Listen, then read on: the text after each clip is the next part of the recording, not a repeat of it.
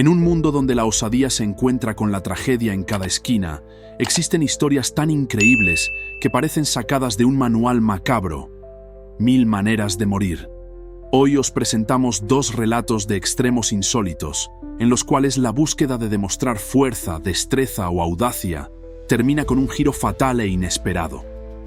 Prepárate para sumergirte en estas narrativas en las que cada número y cada detalle son la última cuenta regresiva hacia el final.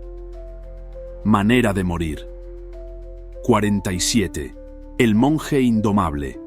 Un monje cuya vida se ha forjado a partir de una convicción inquebrantable y de un orgullo desmesurado.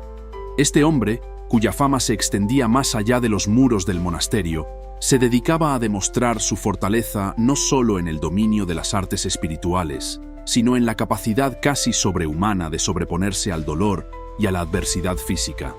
Su existencia estaba marcada por un ritual diario en el que cada acto de violencia contra sí mismo se transformaba en una declaración de su superioridad y de su inquebrantable voluntad. Más allá de su apariencia serena y meditativa, se encontraba un espíritu ardiente, siempre en busca de pruebas tangibles que confirmaran su fuerza interior. Este monje, conocido entre sus contemporáneos como el Imperturbable, se había convertido en una figura legendaria, no solo por su devoción religiosa, sino por su inusual pasión, romper objetos y estructuras, poniendo a prueba tanto la resistencia de las cosas materiales como la propia integridad de su cuerpo. Día tras día, se sometía a desafíos físicos extremos que rozaban lo autodestructivo, casi como si cada acto violento fuera un rito de iniciación hacia un estado de iluminación a través del sufrimiento. Durante 13 largos años, el monje ha cultivado una rutina que parecía desafiar las leyes de la lógica y la naturaleza humana. Este periodo, lleno de ritos y desafíos, se transformó en una epopeya personal en la que cada golpe a la materia se convertía en un manifiesto de su inquebrantable determinación. Con cada objeto destrozado, ya fueran muros centenarios, rocas o estructuras de madera, el monje se convencía a sí mismo y a los que lo observaban de que la fuerza interior podía trascender cualquier límite físico. La fractura en el cráneo, que para muchos sería un signo de debilidad o del colapso del cuerpo, se interpretaba en su caso como la huella de una voluntad que no se dejaba doblegar. Cada impacto, cada hendidura que marcaba su piel y huesos, era para él una medalla, un trofeo que lo acercaba a una comprensión más profunda de su existencia y de su poder inherente. Esta pasión autodestructiva no solo era una forma de demostrar su fortaleza, sino también una búsqueda incansable de trascendencia. En su mente, cada desafío superado era una victoria sobre los límites impuestos por la fragilidad humana. Su cuerpo, sometido a pruebas extremas, se transformaba en el lienzo sobre el cual plasmaba su lucha constante contra la mortalidad y la debilidad. La leyenda que había construido en esos 13 años no era solo un registro de hazañas físicas, sino la crónica de una vida dedicada a desafiar lo inquebrantable, a convertir el dolor y la destrucción en una forma de arte sublime y a la vez autodestructiva. En resumen, el monje no solo rompía objetos y estructuras, sino que se enfrentaba a sí mismo, desafiando la finitud de su cuerpo y esculpiendo una leyenda de fortaleza que, paradójicamente, estaba destinada a encontrarse con su propia ruina en el futuro. Cada fractura era un testimonio de su convicción. La verdadera fuerza reside en la capacidad de enfrentarse, sin temor, a la inevitable fragilidad del ser humano. En un momento de euforia desmedida, impulsado por la vanidad que había acompañado cada uno de sus actos anteriores, el monje decidió que era hora de superar sus propios límites. El orgullo y la sed de demostrar su invulnerabilidad lo llevaron a elegir un nuevo arma para exaltar su fuerza: un taladro industrial. Esta herramienta, diseñada para perforar las estructuras más resistentes, se transformó en el símbolo de su desafío final. Sin prestar atención a las precauciones o a la lógica que dictaría un uso controlado, lo empuñó con la misma arrogancia de quien se siente inmortal, ignorando el potencial letal de tal decisión. El monje, absorto en la idea de que ningún obstáculo físico podía doblegar su voluntad, se lanzó a la prueba sin medidas de seguridad alguna, confiando ciegamente en su fortaleza sobrehumana. El ambiente se cargó de una tensión casi palpable cuando el motor del taladro comenzó a retumbar, anunciando la inminente confrontación entre la temeridad y la inercia del destino. El metal giraba a una velocidad asombrosa de 3.141 revoluciones por minuto, un número que parecía resonar con una fuerza casi mística, recordando la perfección matemática del círculo y la inevitabilidad del destino. En ese preciso instante, mientras el rugido del motor se mezclaba con el silencio expectante de quienes presenciaban el acto, el taladro se deslizó sin control. El objeto, que había sido empuñado como una extensión de su fuerza, tomó un rumbo errático y en un instante que desafiaría toda lógica, encontró su camino hacia el cráneo del monje. El giro fatal de la maquinaria, casi como si hubiera sido orquestado por una mano invisible, culminó en un acto de violencia suprema. El taladro traspasó su cráneo, sellando de manera irreversible su destino. El fatídico instante quedó marcado en la historia como el número 47. Este número, cargado de simbolismo, se erigió como el emblema final de la vida del monje, encapsulando el eco de su existencia, una búsqueda incesante de gloria a través del dolor y la destrucción. Así, en el preciso momento en que la herramienta insensata hizo su acto final, la vida del monje se apagó de la misma manera en que había vivido, en una espiral de desafío y autodestrucción, donde la obsesión por la fortaleza y la seducción del riesgo se convirtieron en su sentencia irrevocable. En este acto final, la ironía se hizo palpable. El hombre que había consagrado su vida a demostrar su poder y a desafiar los límites de lo humano, encontró su fin en la misma demostración de fuerza que había sido su sello distintivo. La tragedia no solo residió en la muerte, sino en la manera en que se consumó, dejando tras de sí una lección perenne sobre la delgada línea que separa la audacia de la autodestrucción. La vida del monje se convierte en una crónica de desafíos extremos y autodestrucción, una epopeya en la que cada acto de violencia contra sí mismo era una afirmación de su supuesta invulnerabilidad. Sin embargo, la historia revela la trágica ironía de un hombre que se esforzó por romper límites físicos y espirituales, para finalmente sucumbir a la herramienta que encarnaba su arrogancia. La temeridad, aquella sed insaciable de demostrar fuerza a cualquier costo, se fusionó con la implacable frialdad de la tecnología en un instante fatal. En ese último suspiro, el taladro industrial, símbolo de su desmedida confianza, se erigió en el verdugo que sin piedad le arrebató la vida, marcando un destino tan irónico como inevitable. Este desenlace, impregnado de una brutal lección, expone la futilidad de desafiar los límites de la naturaleza humana.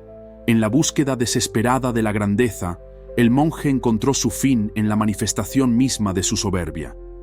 Una lección mortal que nos recuerda que, en ocasiones, la herramienta del orgullo se convierte en el instrumento definitivo de la autodestrucción.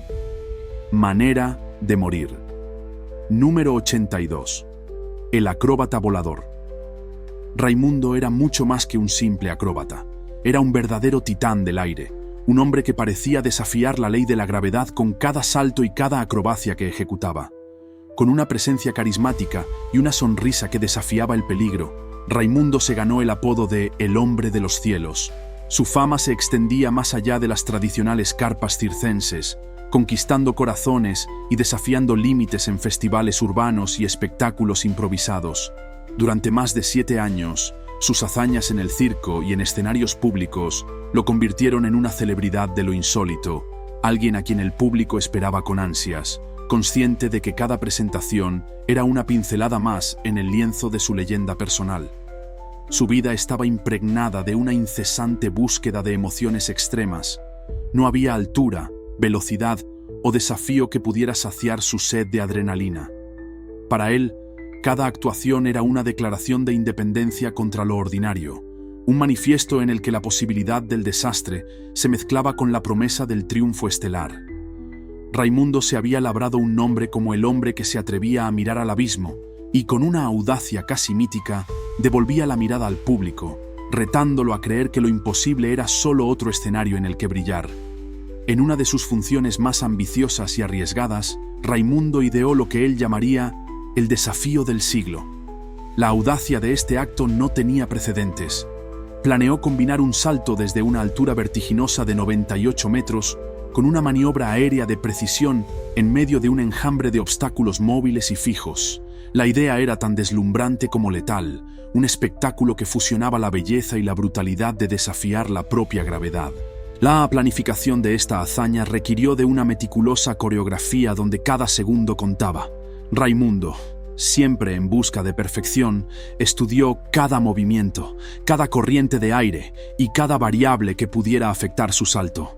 Su determinación y confianza lo llevaron a ensayar una y otra vez, convencido de que en este acto superaría cualquier límite conocido. Sin embargo, la magnitud del desafío era tal que incluso los expertos en acrobacias se estremecían al pensar en los riesgos involucrados. La función prometía ser un hito en su carrera y un tributo a su incesante sed de riesgo. El público, consciente de la magnitud de la hazaña, aguardaba con una mezcla de admiración y temor reverente.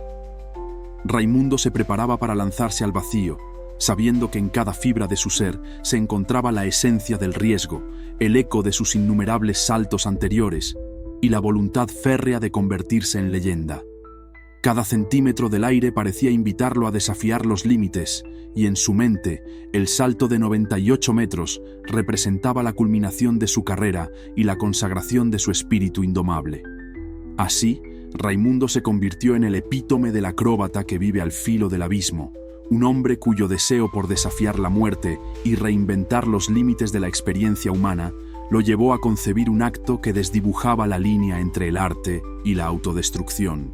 En cada salto, en cada maniobra, se gestaba el drama de un destino que, aunque glorioso en su concepción, se encaminaba hacia la confrontación final entre la audacia y el implacable azar del universo. En el clímax de su audaz desafío, cuando Raimundo se lanzó al abismo desde la inmensa altura de 98 metros, parecía que había dominado cada variable. Sin embargo, en medio de la coreografía perfectamente ensayada, una brisa inesperada y traicionera irrumpió en la escena.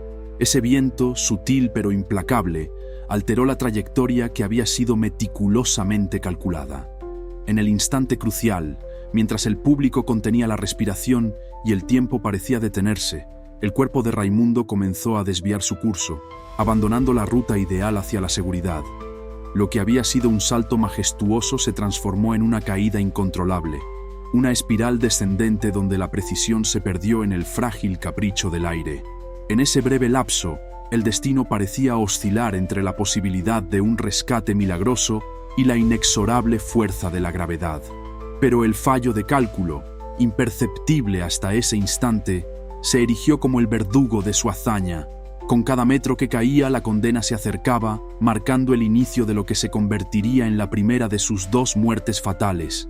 Este giro inesperado quedó registrado como el número 22 en su bitácora mortal, un número que simboliza la desolación de un error imperdonable y la vulnerabilidad incluso del más intrépido de los audaces. En un desesperado y último intento por retomar el control de su destino, Raimundo decidió desplegar un paracaídas experimental, una innovación que prometía ser su salvación en medio del caos. Con el corazón latiendo a 1000 por hora y la mente aferrada a la esperanza, el acróbata buscó en ese dispositivo la posibilidad de redimirse del error que lo había condenado momentáneamente. Sin embargo, el azar, siempre caprichoso, tenía otros planes. A tan solo 17 segundos de la esperada apertura, el paracaídas se enredó de forma imprevista con la estructura de un helicóptero de emergencia que sobrevolaba el área. La colisión fue inminente, una mezcla letal de velocidad, tecnología defectuosa y mala fortuna que no permitió ninguna. El impacto fue devastador, una fuerza brutal que selló de forma definitiva el destino de Raimundo. En ese último instante, cuando la esperanza se transformó en desesperación, el número 82 se inscribió en el libro de los finales ineludibles, como testigo mudo de una tragedia construida sobre la audacia extrema y el desdén por la prudencia. La colisión aérea no solo significó la culminación de su carrera, sino que representó la convergencia final de un destino marcado por la imprudencia y el azar, cerrando con doloroso énfasis el capítulo de una vida dedicada a desafiar los límites. Raimundo, El acróbata que vivió en la frontera entre la adrenalina y la muerte encontró en sus actos extremos una doble sentencia fatal. La combinación de un error en el aire y el azar letal de la tecnología lo llevaron a un final tan espectacular como trágico. Ambos accidentes, tan distintos en su manifestación pero igualmente inexorables, se entrelazaron en la trágica narrativa de un hombre que vivió para desafiar a la muerte. La primera fatalidad, con el número 22, fue el presagio de un error que se había infiltrado en la perfección del vuelo. La segunda, el número 82, selló su destino en un acto final de desesperada esperanza. Estos números, imbuidos de un significado siniestro, relatan la historia de un destino trágico donde la audacia se enfrentó al implacable azar.